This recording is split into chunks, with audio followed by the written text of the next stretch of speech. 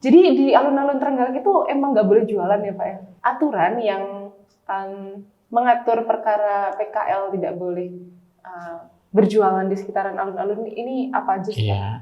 Wah, nanti gimana dong kalau misalkan pedagang kaki lima diusir dari tempatnya mereka jualan, biasanya mereka akan kehilangan pelanggan, mereka kemudian harus cari tempat baru dan bisa jadi nggak seramai yang sebelumnya. Iya, di alun-alun, sekitaran alun-alun itu yang aktif sekitar 127. Ada 127 pedagang kaki lima iya, ya? total semua yang terdaftar hampir 200. Apakah tidak memungkinkan RTH seperti alun-alun Trenggalek itu memang didesain untuk juga ada PKL. Tapi sementara ini informasi yang kami terima belum dipungut retribusi, kecuali pada event-event tertentu.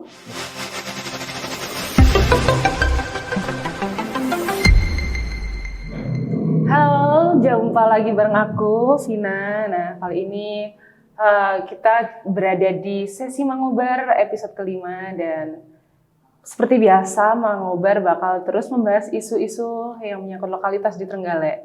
Dan kalau kalian semua menyimak, ada di Kabar Trenggalek, beberapa hari yang lalu ada salah satu berita yang kami terbitkan, itu membahas tentang pedagang kaki lima di sekitaran alun-alun Trenggalek kembali diusir. Nah, kali ini kita kedatangan tamu, beliau adalah Pak Saniran. Bisa saya hai dulu Pak Saniran. Halo pemirsa, dimanapun berada, khususnya warga Trenggalek. Assalamualaikum dan selamat siang, semoga kita sehat dan sehat selalu. Ya, Pak Saniran ini adalah Kepala Dinas Koperasi Perindustrian dan Perdagangan Kabupaten. Koperasi Usaha Mikro dan Perdagangan. Oh, Koperasi Usaha Mikro dan Perdagangan di Kabupaten Trenggalek. Baik. Nah, kita nanti bakal berbincang-bincang, ngobrol lebih lanjut mengenai bagaimana sih industri mikro di Trenggalek, khususnya PKL masuk ya Pak ya? Iya. PKL, kemudian ada juga nanti sedikit kita membahas tentang pasar yang ada di Trenggalek, Pasar Pon Trenggalek, dan juga satu lagi ada Pasar Sebo di Watu. Oh iya. Begitu. Ya, siap. Mungkin bisa ini ya Pak ya, dimulai ya Pak ya? Iya. Jadi di alun-alun Trenggalek itu emang nggak boleh jualan ya Pak ya? Oh iya. Memang alun-alun Trenggalek itu di bawah pengelolaan Dinas PKPLH. Jadi peruntukannya bukan untuk area pedagang dan memang bukan untuk PKL. Nah, makanya pemerintah juga tidak serta-merta setiap hari diizinkan. Namun karena pemerintah punya kepentingan untuk memberdayakan UMKM, maka difasilitasi untuk Car Free Night dan Car Free Day. Jadi setiap malam Sabtu, Jumat sore, sampai Minggu siang itu diperbolehkan di sana. Jadi yaitu di luar itu tidak diperkenankan. Nah, sebenarnya untuk aturannya sendiri yang mengatur yang tidak membolehkan itu kan alun-alun termasuk di ini ya ruang terbuka hijau ya Pak ya. Iya, betul. Di ruang terbuka hijau kan masyarakat sebenarnya boleh berekspresi, biasanya ya banyak orang yang melakukan aktivitas ringan gitu ya di ruang terbuka hijau. Nah, aturan yang mengatur perkara PKL tidak boleh berjualan di sekitaran alun-alun ini apa aja sih? Iya. Nah, kebetulan di Trenggalek kan punya Perda nomor 3 tahun 2019 tentang ketertiban umum, ketentraman dan perlindungan masyarakat. Di sana ada pasal yang mengatur bahwa pedagang, khususnya PKL yang kita bina itu tidak boleh berjualan di jalan, termasuk di trotoar.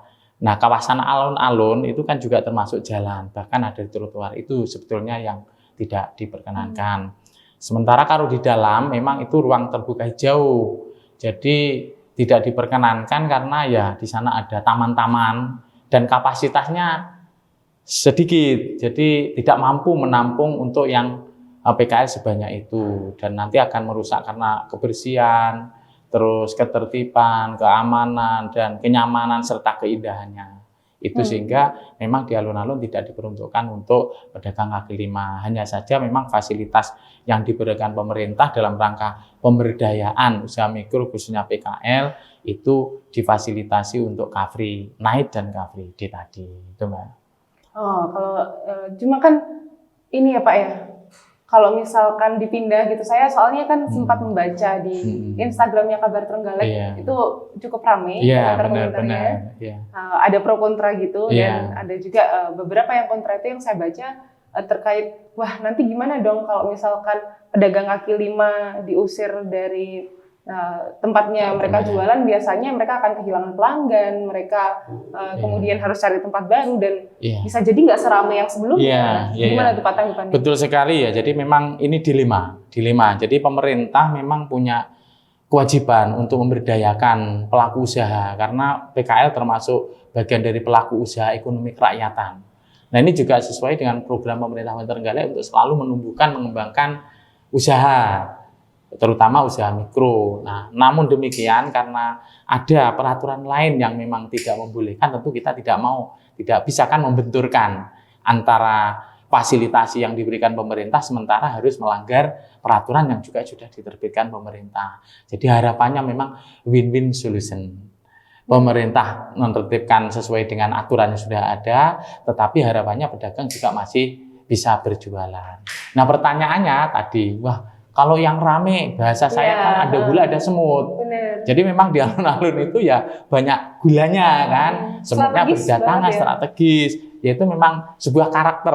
Namanya pelaku usaha, siapapun saya penjenengan pasti image-nya cari keuntungan. Di mana ada potensi keuntungan yang tertinggi, itulah tempat kami harus berusaha. Cuman tadi balik-balik karena ada aturan tadi, daripada mencari keuntungan sementara melanggar peraturan dan mungkin ada sanksi-sanksinya. Itu yang harus kita bahas bersama-sama, mencari solusi bersama-sama. Teman-teman pedagang PKL yang kebetulan juga kami fasilitasi telah membentuk paguyuban juga di alun-alun, sekitaran alun-alun itu yang aktif sekitar 127. Ada 127 pedagang kaki lima. Iya, total semua yang terdaftar hampir 200. Jadi sebetulnya juga kami fasilitasi. Nah, ini gitu. sudah pernah ada duduk bareng buat berbincang bersama. Sudah. Jadi mereka dong, proaktif banget. Jadi setiap ada masalah, Mas Diul ketuanya telepon kami, sekretariat telepon. Yuk ngumpul bareng di Dinas Kominda. Jadi kumpul-kumpul di sana, ya ngopi bareng lah gini. Yuk apa masalahnya begini. Jadi kita tetap mencari solusi. Konsepnya satu garis. Kita tetap mengembangkan usaha, berbisnis skala mikro bahkan nanti harap menengah, cuman jangan sampai kita melanggar aturan. Memang ini yang belum ketemu ketika ada gula ada semut tadi. Nah iya, kalau memang ya tidak boleh melanggar aturan. Tapi kalau sejauh ini keluhan mereka kan menurut ini ya analisis saya sendiri, kalau misalkan dilihat dari mereka dipindahkan dari alun-alun, nggak dipindah ya, lebih tepatnya kayak diusir gitu ya, kalau versi judulnya di Kabar Trenggalek kayak gitu kemarin.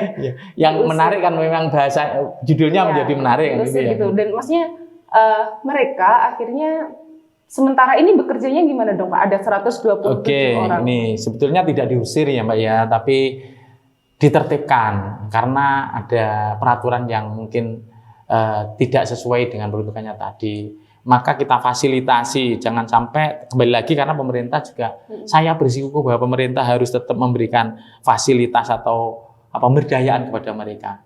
Ya memang kita cari-cari tapi belum titik ketemunya. Kemarin sudah disepakati dalam rapat dan juga oleh perwakilan PKL sebetulnya di terminal Kol. Nah itu sampai kami ukur bareng-bareng juga dengan Pol PP, dengan Dinas Perhubungan dan juga ketua atau pengurus paguyuban. Ngukur di terminal Kol itu cukup, itu sekitar 200-an. Maka kita bantu seperti ini. Tapi awalnya sepakat mereka, tetapi ya mereka ingin kembali lagi ke anggotanya. Jangan-jangan aku sepakat, kemudian anggota nggak setuju, akhirnya dia izin untuk bertemu dengan anggotanya. Dia 2 hari kemudian nelpon saya, Pak perlu rapat bareng, ayo ngumpul aja ngopi bareng di Dinas Kominda. Disepakati kemarin bagaimana, akhirnya ada masukan, Pak di sana tidak rame. Nah tidak rame ya kami paham ada gula ada semut tadi, terus alternatifmu di mana? Karena kalau paham betul sebetulnya mereka di jalan raya itu ada peraturan yang dilanggar, di trotoar dilanggar. Cuman kami kasih kesempatan mencari alternatif, tapi kalau sampai sekitar 150 ngumpul. Iya, nggak ada yang tempat yang seperti kita, yang ada ya di terminal Kol itu. Nah, kami juga sampai nelpon, mereka mengusulkan, Pak gimana kalau di GOR gitu ya. Di GOR, saya telepon Pak Kadis Paribu Kadis Dikpora bahwa dikor itu boleh, tapi dengan catatan ketika ada event-event tertentu ya tentu mereka diminta untuk keluar karena itu tempat parkir. Dan ternyata kapasitasnya juga sedikit di sana ya sekitar 20 sampai 25 itu pun agak berimpit-impitan. Jadi memang karena jumlahnya banyak, space yang tersedia terbatas ya sementara kita fasilitasi di terminal Kos. Sampai sekarang mereka juga masih hitung-hitung. Oke lah kita beri kesempatan gimana mungkin alternatif terbaik ya karena ibarat orang tua Mbak ya saya sampaikan kami orang tua punya anak 5. Tanah saya hanya 2 peta. Lah iku lek ditempati 5 orang nggak cukup. Lah terus piye neh bapake kan juga nggak mampu golekne tanah. Itu jadi mereka paham gitu ketika kita memberikan pemahaman seperti itu. Jadi ya sekarang masih dalam proses alternatif sambil mencari lokasi yang strategis barangkali seperti itu. Ini ya memang kalau kita lihat PKL ini kan mereka sendiri yang paling tahu kondisi lapangan gitu ya. Iya betul, mereka sudah ngincer ini strategis, ini bagus. Nah kalau dari Pemkab sebenarnya apakah tidak memungkinkan RTH seperti alun-alun Trenggalek itu memang didesain untuk juga ada PKL? Ya ini kebijakan Mbak ya, kebijakan. Jadi kami tidak bisa menjawab lebih dalam karena itu harus pembahasan komprehensif melibatkan beberapa OPD, Bapeda, PKPL dan sebagainya. Jadi kami tidak bisa menjawab terkait dengan hal itu. Tetapi paling tidak ini pertanyakan yang menjadi masukan yang mungkin akan juga didengar oleh para pengampu kepentingan. Pertimbangan-pertimbangan yang komprehensif sehingga tidak ada yang dilanggar, tidak ada yang dirugikan, tapi semuanya berjalan. Memang harapan pemerintah kan seperti itu. Ya.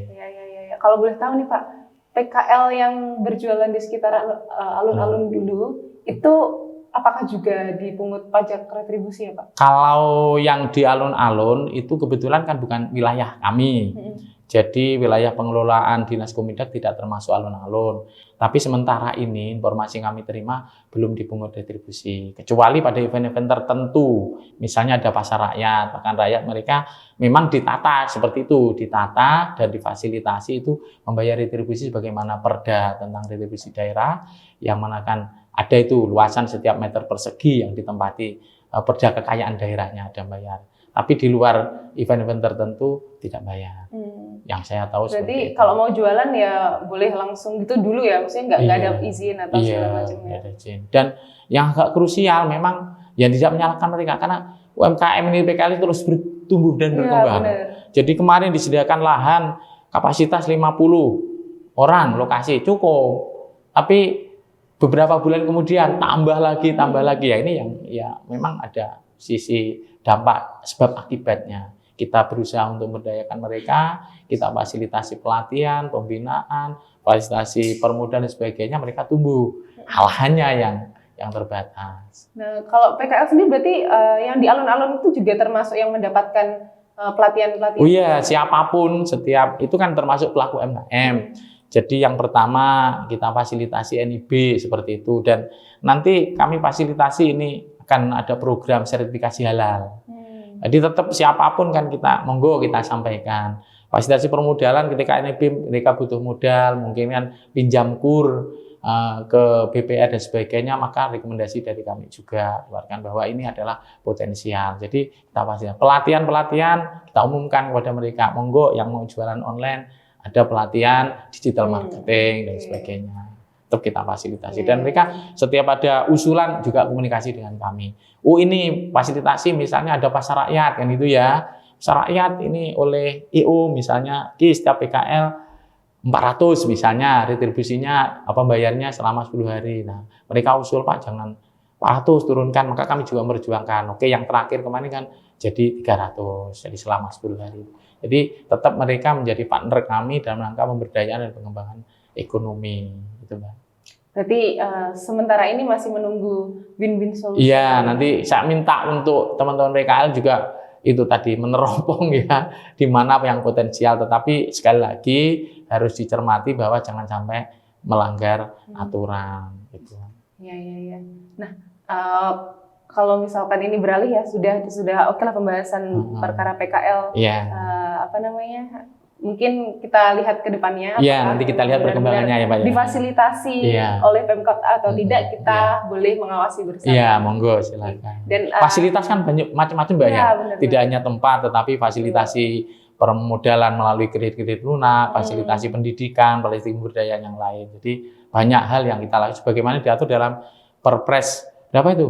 125. 125 tahun 2012 ya. Ya, Itu betul. ada fasilitasnya macam-macam ya, tidak hanya tempatnya juga. Iya. Tempat merupakan bagian dari salah satu Ya, fasilitas. dan krusial ya menurut saya tempat, karena saya juga sering Pak jajan Iya. tuh di sekitaran alun-alun kalau misal mau ke kantor gitu, mampir dulu gitu. Enak ya, nyantai ya, ya, nyantai gitu. Ya, nanti mungkin siapa tahu nanti kan kita di pemerintah ditinjau kembali ada polisi-polisi tertentu untuk bagaimana itu diberdayakan dengan semaksimal mungkin. Oke. Nah, ini Pak, terkait yang Pasar Pon. Pasar Pon. Saya tuh dulu ini ya, memori masa kecil main ke Pasar Pon itu besar dan ramai banget Ramai, gitu ya, ya. ramai banget. Iya. Nah, belakangan ini ketika malam-malam sempat pulang gitu terus Iya. mampir bentar, kok kayaknya sepi banget gitu. Iya. Kok nggak ada yang jualan, terus Iya. nyobain masuk gitu. Ini ruko-rukonya kok nggak ada yang nempetin. Nah, Iya. itu gimana sih Pak Iya. ceritanya sebenarnya? Oke, sampai itu ceritanya kan runtut ya sejak Pasar Pon kebakaran. Jadi dibangun Pasar Pon yang seperti itu konsepnya, dan ada satu hal yang menjadi apa ya, menjadi apa namanya, pembeda antara Pasar Pon lama dan Pasar Pon baru. Pasar Pon lama itu kan benar-benar pasar rakyat yang dulu bahasanya pasar tradisional. Sekarang berdasarkan peraturan Menteri Pedagang namanya pasar rakyat. Yang bahasanya memang kayak tradisional. Gabungan pembedanya antara pasar basah dan pasar kering. Itu pembedanya. Yang di Pasar Pon sekarang itu hanya pasar kering. Sementara pasar basahnya pindah semuanya ke pasar basah yang ada di selatan. Itu salah satu yang membedakan Pasar Pon lama dan Pasar Pon baru. Nah, itu yang menjadi mungkin salah satu apa ya, pertimbangan atau kajian teman-teman pedagang ini yang menyebabkan sepi. Jadi ya pemisahan antara pasar basah dan pasar kering. Kenapa? Logisnya gampang. Orang setiap hari belanja yang diutamakan adalah kebutuhan sehari-hari. Tentu sembako dan kebutuhan apa, daging, sayur dan sebagainya.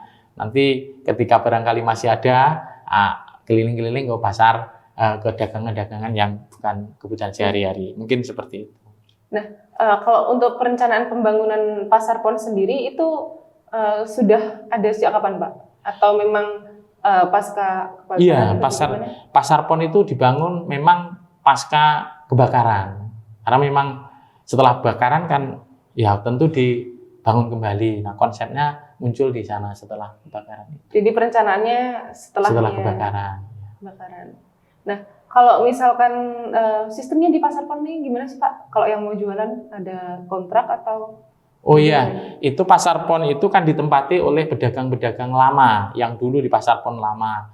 Jadi mereka setelah dibangun maka dilakukan undian. Nah, tidak kontrak. Jadi yang menempati itu silahkan bayarnya retribusi nanti. Retribusi akan diberlakukan tahun 2024 ini. Nah, jadi nanti tahun 2021, 22, 23 sejak ditempati kurang lebih 3 tahun. Mereka belum membayar retribusi. Jadi tidak berupa ini kios ini harganya sekian, tidak. Jadi nanti retribusi kios ini setiap tahun sekian. Retribusi los ini setiap meter persegi sekian dan sebagainya.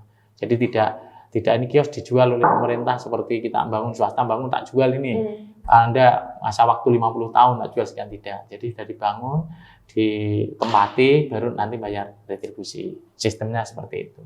Berarti emang yang jualan di Pasar Pon ini ya nggak bisa, yang pedagang basah pun nggak bisa masuk sih? Iya, pedagang basah memang tidak masuk di sana, harus di pasar basah. Oh, oke. Dan untuk orang-orang yang dahulunya punya lapak ya di Pasar Pon yang lama, terus saat ini nggak semuanya berarti ya? Ya, masih ada. Mereka punya lapak, punya los, punya kios sesuai dengan pembagian yang sudah dilakukan itu. Cuman banyak juga yang belum menempati. Nah, mereka ternyata juga berusaha di tempat-tempat yang lain, yang mungkin mereka pandang lebih menguntungkan. Balik lagi tadi, di mana pedagang ya, jiwa pedagang mesti mencari keuntungan. Nah, perkara ini Pak, data yang ada untuk jumlah pedagang yang ada di Pasar Pon baru sekarang berapa ya Pak? Pasar Pon baru itu jumlah losnya 67, jumlah kiosnya 455.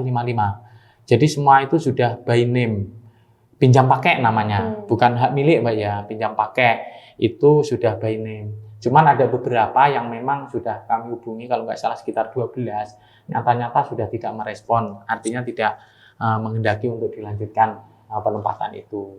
Yang itu mungkin sudah kami sampaikan ke publik juga bahwa siapa termasuk petugas-petugas pasar kami menyampaikan siapa yang mungkin berkeinginan untuk menempati itu silakan hubungi nanti ke Dinas Kominda mendaftarkan.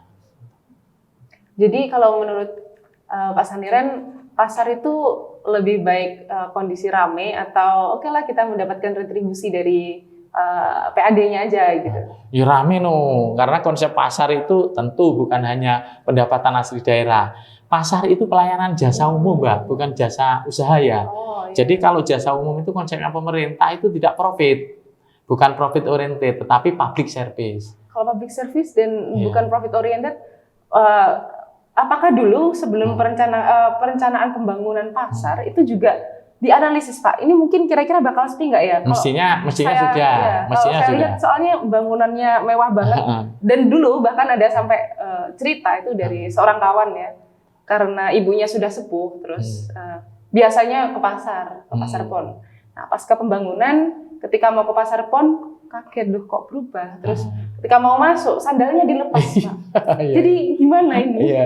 Oh iya, Gitu. Insya Allah itu sudah dikonsep ya oleh si ngambil kebijakan, bapak-bapak yang mengambil kebijakan waktu itu. Insya Allah sudah dikonsep bahwa ini memang untuk pelayanan. Cuman kan ya karena kemajuan zaman ya, harapannya itu ya ada perubahan-perubahan. Nah, termasuk yang tua pun juga mengikuti perubahan kan gitu harapannya. Tapi ya kadang-kadang namanya perencanaan pasti tidak persis seperti dampak hasil selanjutnya. Itu sudah biasa, wajar ya. Tapi paling tidak saya yakin kebijakan yang diambil dalam itu satu adalah membuat pasar pon lebih ramai, lebih modern, lebih profitable bagi pedagang, bukan untuk pemerintah karena memang pasar adalah jasa pelayanan umum.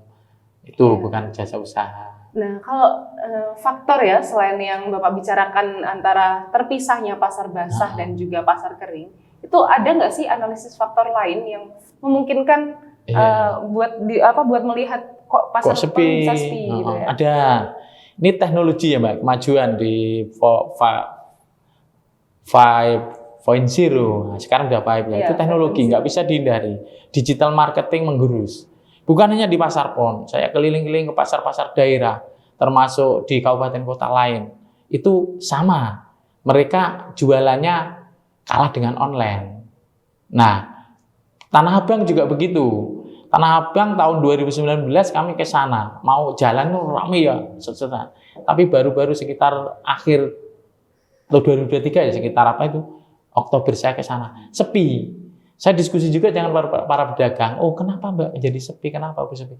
Ya online Pak, kita jualannya online itu yang bikin kita nggak laku. Jadi ini memang sudah gejala di samping tadi mungkin pemisahan antara basah dan kering, yang terkait dengan penjualan online itu. Nah itu Bapak berkunjung ya, kunjungan dinas ke berbagai kabupaten kota di tempat-tempat lain, itu sebelum pembangunan Pasar Pon atau sesudah? Sesudah ini saya mencari kenapa sih sebabnya kok Pasar Pon sepi, jangan-jangan di pasar kabupaten kota lain itu ramai, terus juga studi tiru kan, nah, nanti ATM amati tiru modifikasi, ternyata juga banyak yang disebabkan banyak los-los kios yang juga tutup. Jangankan kok di pasar Mbak ya, di mall aja juga banyak loh yang los-los kios yang udah tutup karena kalah dengan digital marketing, penjualan itu. Tetapi kita tetap berupaya. Baru-baru saja kami mengundang, minta bantuan dari Kemenkop untuk melakukan pelatihan digital marketing bagi pedagang pasar. Nah itu kalau digital marketing kan kita jualannya dari rumah. Iya. Nah karena kan gedung pasar pun sudah sangat mewah nih. Dari pasar juga menarik. Jadi dari segi desain juga menarik segala macam. Dan kalau misalkan digital marketing pelanggan mungkin kan tidak berada di tempat saat ingin membelikan seperti itu. Nah, apa upaya yang mungkin Pemkab lakuin untuk membuat Pasar Pon ini kembali ramai? Ya. Konsepnya kalaupun digital marketing tujuan utama orang berjualan kan profit. Kalaupun kelihatan sepi, tapi arus kasnya mengalir dengan rame, kan no problem. Jadi barang-barang yang ada di pasar pon itu seakan-akan menjadi showroom-nya mereka. Konsep kami seperti itu. Jadi mereka jualannya ya tetap di pasar pon, nyantai, tapi tiba-tiba ada permintaan, tinggal pengiriman dan sebagainya seperti itu. Kalau buat showroom kan di rumah juga bisa, Pak. Jadi Nah, kan di pasar pon tidak semuanya pedagang punya showroom di rumah. Kenapa kami tawarkan, Mbak, ini misalnya tak sewa penjenengan, tak kasih sekian rupiah, terus atas namanya tetap jenengan, tapi ruangnya ini kami sewa. Dulu pernah kami survei begitu. Ternyata mereka tidak mau. Kenapa tidak mau? Pak, loh saya ini kan jualan, Pak. Kalau ini disewa atau dipakai orang lain, saya dikasih uang, loh jualan saya di mana? Itu kan konsep sebelum adanya digital marketing yang ya sudah baru saja kan kapan kemarin itu ya. Karena mereka juga punya banyak, mereka juga punya tempat showroom di rumah. Samping itu juga menarik juga ketika dia jualannya di pasar pon, pakai video-video dan sebagainya, maka ini barang-barang yang ada dengan konsepnya seperti itu. Tetapi mudah-mudahan ada perkembangan membaik karena mereka juga kita latih. Ada lomba satu yang jualan kosmetik di pojok timur sebelah itu sepi. Loh, dagangan ini sampean kok sedikit kok sepi. Terus apa ini? Tunggu sampai. Bisa jualan online, Pak. Loh, dari sini juga. Iya, Pak. Jadi background kami pasar pon ini menjadi daya tarik tersendiri juga. Nah, ini salah satu yang memungkinkan mereka bisa berkembang. Berarti ini ya, Pak, apa namanya? Memang akan dikonsep oke lah kita jualannya online dan gak usah ada pembeli di pasar pon, berarti hanya losmen kios orang jualan aja dan gak ada upaya-upaya lain yang kira-kira memungkinkan untuk pembeli itu datang ke pasar pon dan mungkin juga sambil menikmati bangunannya. Oh iya, tetap. Kan cuma juga. Oh iya, tetap itu, tetap. Jadi tetap yang online ya jalan bagi yang bisa online, yang offline silahkan.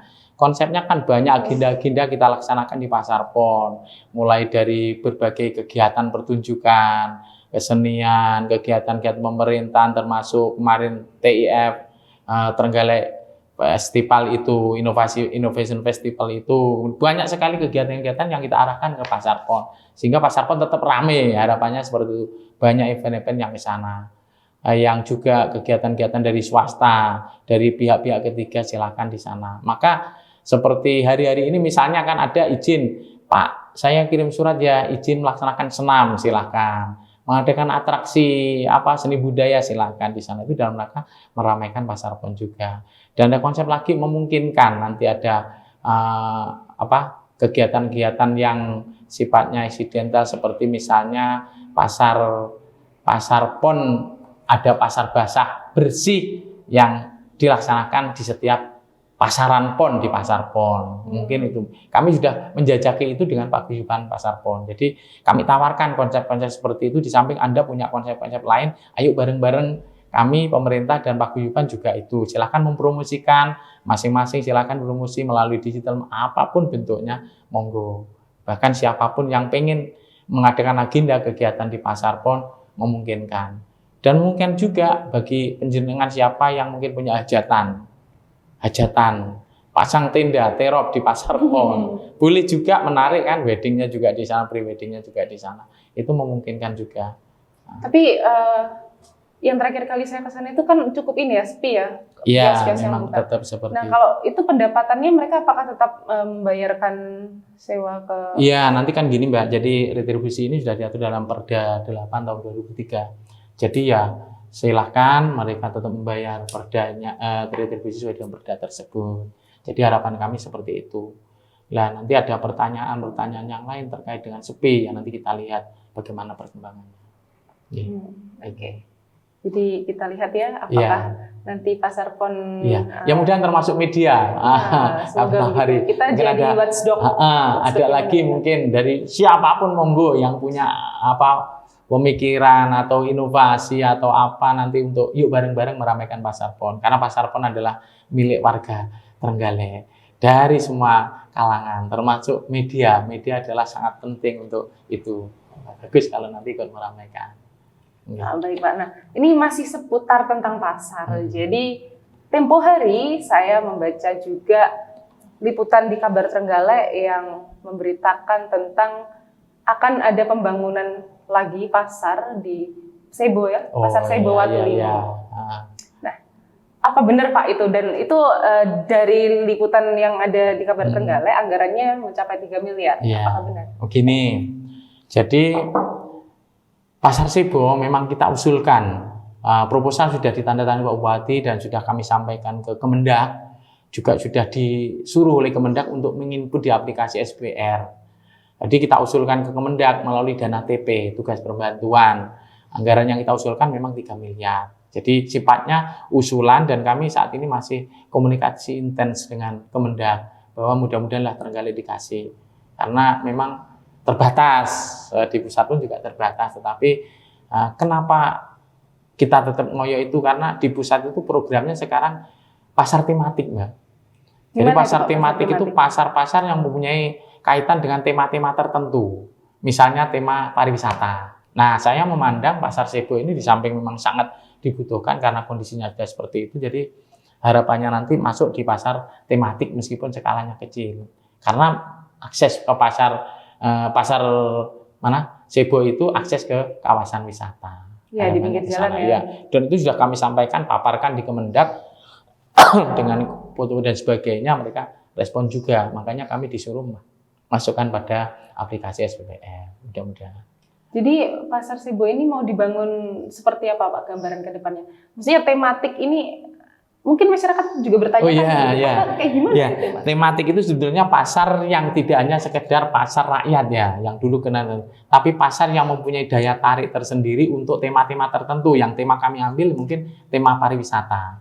Kenapa di situ? Karena di sana kan jalur ke objek-objek wisata. Apa yang mungkin bisa ditonjolkan di sana? Ya di samping ada pemandangan yang cukup baik setelah dibangun nanti, tetapi juga ada tempat-tempat tertentu atau kios tertentu yang memungkinkan menjual produk-produk UMKM sebagai souvenir atau oleh-oleh bagi para wisatawan. Harapannya seperti itu. Sehingga memang benar di samping itu kawasan wisata, tapi juga memberikan layanan kepada para wisatawan.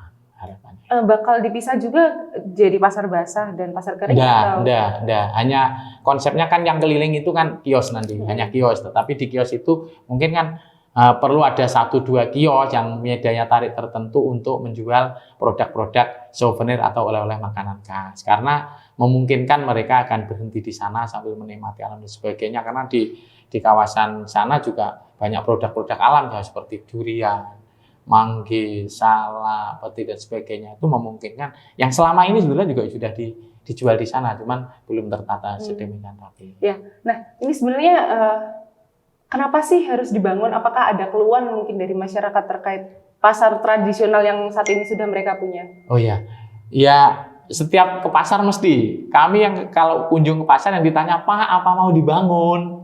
Pak kenapa tidak dibangun-bangun? Itu pasti di pasar daerah di Kabupaten Trenggalek dimanapun. Keluhannya apa Pak? Keluhannya ya karena kondisinya sudah lama, sudah usang tua seperti itu, mungkin juga sudah bangunannya tidak representatif dan sebagainya. Jadi mereka ya tentu pengennya kan yang baru, baik, bersih, rapi dan sebagainya. Apakah nanti juga mempertimbangkan pasar pon juga, maksudnya itu sebagai pertimbangan ya, pasar pon sepi dan dimasukkan jadi grand design yang akan digunakan di pasar Sebo pasti menyesuaikan atau mau dibangun megah juga nih pasar? Enggak, karena juga anggarannya tentu terbatas. Pasar pon anggarannya besar. Kalau ini kan sekitar kami usulkan kan hanya dibatasi, maksimal usulannya 3 miliar Pak, kan gitu. Jadi dengan 3 miliar itu ya hanya membangun beberapa kios lah di depan dan mungkin ada perbaikan los yang di dalam itu. Jadi tetap konsepnya pasar rakyat yang dulu terkenal dengan pasar tradisional. Jangan khawatir, masyarakat tidak akan kaget dengan bangunan itu karena ya itu tadi anggarannya saja sangat minim ya 3 miliar. Kalaupun itu disetujui, mudah-mudahan mohon doa restunya. Jadi kami terus komunikasi intens dengan Kemendak, mudah-mudahan ini disetujui. Ya, nah kalau misalkan nanti sewaktu proses pembangunan pasti kan pedagang akan dialihkan sementara. Relokasi. Ya, direlokasi sementara. Kira-kira mau direlokasi kemana tuh Pak? Kami sudah komunikasi dengan petugas pasar kami, ada beberapa alternatif, diantaranya di lapangan desa Selawe, ada juga yang ada di lapangan desa Kemarjo dan ada di tempat-tempat yang lain. Nah ini kami juga belum melangkah lebih jauh karena yang dari pusat pun juga belum clear, belum deal ya. Tapi kami sudah melakukan survei-survei potensi berapa yang direlokasi, berapa tempat yang disediakan. Itu insya Allah sudah ada gambaran-gambaran. Kami juga sudah komunikasi dengan perangkat desa yang bersangkutan.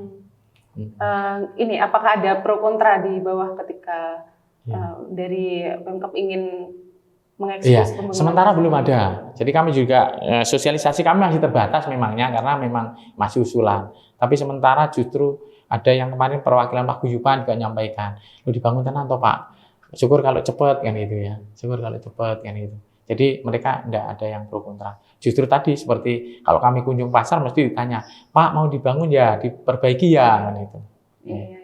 Nah ini Pak, kalau boleh tahu sebenarnya berapa sih sumbangan yang diberikan Pasar Sebo ini untuk APBD? Untuk APBD Pasar Sebo itu setahun kurang lebih ya sekitar 100 sampai 150 juta. Ya, memang kecil Pasar Sebo kan. Pasarnya juga bukan pasar harian, tapi pasar-pasaran. Paing dan Wage kalau nggak salah ya, Paing Wage. Apal. Ya. Nah, ada nggak sih target untuk kenaikan pendapatan daerah dari terbangunnya Pasar Sebo nantinya? Ya tentunya kan sudah ada retribusinya ya Pak ya. Jadi retribusi itu sudah diatur dalam perda. Sehingga kalau nanti dibangun ya tetap kita bangunannya seperti apapun ya sesuai dengan tarif yang ada di perda. Selama di perda belum ada diubah ya dibangun pun tidak naik. Oh jadi nunggu aturan retribusi dari perda? Ya nanti kita lihat. Cuman di perda itu memang ada klausul pasal yang menyebutkan bahwa tarif akan ditinjau kembali setiap setahun menyesuaikan dengan kondisi yang ada. Tapi jangan khawatir para pedagang, sebetulnya pasar itu tetap pelayanan jasa umum, bukan pelayanan jasa usaha. Artinya pasti pemerintah tidak mengambil profit hanya dalam semata-mata memberikan pelayanan masyarakat, mengganti sebagian biaya dan operasional dari pelaksanaan pasar tersebut. Ya. Oke, jadi mungkin ini ya kita lumayan menyenangkan sekali membahas bagaimana mulai dari pedagang kaki lima, kemudian hal-hal yang menarik memang. Menarik Pak itu. Dan kurasa ini Pak, saya rasa memang akan selalu jadi pembahasan ya, soalnya mungkin ketika sudah direlokasi atau nggak disediakan tempat ternyata kurang ini. Nah itu menjadi PR pemerintah gimana PKL itu tetap bisa berdagang, menghidupi keluarganya, mendapatkan penghasilan yang layak dan tanpa mengganggu ketertiban umum. Betul harapannya seperti mungkin ini Pak ada closing statement? Ya, closing statement kami terkait dengan PKL, teman-teman tetap berusaha semaksimal mungkin karena memang rezeki Allah yang mengatur, tetapi usaha itu kewajiban bagi kita. Tapi ingat bahwa setiap usaha kita tentu tidak boleh berbenturan dengan aturan, baik itu aturan negara maupun aturan keagamaan ya, tetap kita upayakan. Pemerintah akan selalu berusaha untuk memfasilitasi dalam berbagai hal. Tentu ada yang memuaskan, ada yang tidak, itu hal wajar karena orang namanya banyak orang tentu kepentingannya berbeda-beda. Itu mohon dipahami dan disadari. Kemudian terkait pasar pon, monggo para pedagang tetap semangat, kita berusaha berbareng-bareng dan saling mendukung dan tidak mengandalkan pemerintah saja, tetapi pemerintah juga tetap berupaya untuk melakukan pengelolaan pasar dengan sebaik-baiknya. Kemudian bagi pedagang-pedagang yang lain tetap semangat, kita berusaha untuk mengembangkan usaha di bidang mikro, kecil dan menengah. Mudah-mudahan Trenggalek ekonominya semakin maju, masyarakatnya semakin sejahtera. Karena sektor perdagangan data terakhir merupakan penyumbang nilai tertinggi dari investasi di tahun 2023 ini di sektor perdagangan. Bangga kami dengan para pedagang yang memberikan kontribusi besar terhadap pertumbuhan ekonomi masyarakat yang akan berdampak pada kesejahteraan keluarganya. Terima kasih. Oke, baik. Jadi itu bincang-bincang kita kali ini, kita sudah membahas bagaimana pedagang kaki lima di seputaran alun-alun Trenggalek, kemudian sepinya Pasar Pon Trenggalek yang saya yakin ketika kalian ngopi di sana cuma ngopi di depan Pasar Pon, di halaman depannya Pasar Pon, dan jika kalian punya unek-unek terkait pedagang kaki lima dan juga Pasar Pon, silahkan komen di bawah ini. Kita bisa diskusi bareng dan mungkin itu saja untuk obrolan kita kali ini. Terima kasih banget Pak Saniran. Terima kasih kembali, sukses dan semangat, sehat selalu. Sekian ya. Assalamualaikum warahmatullahi wabarakatuh.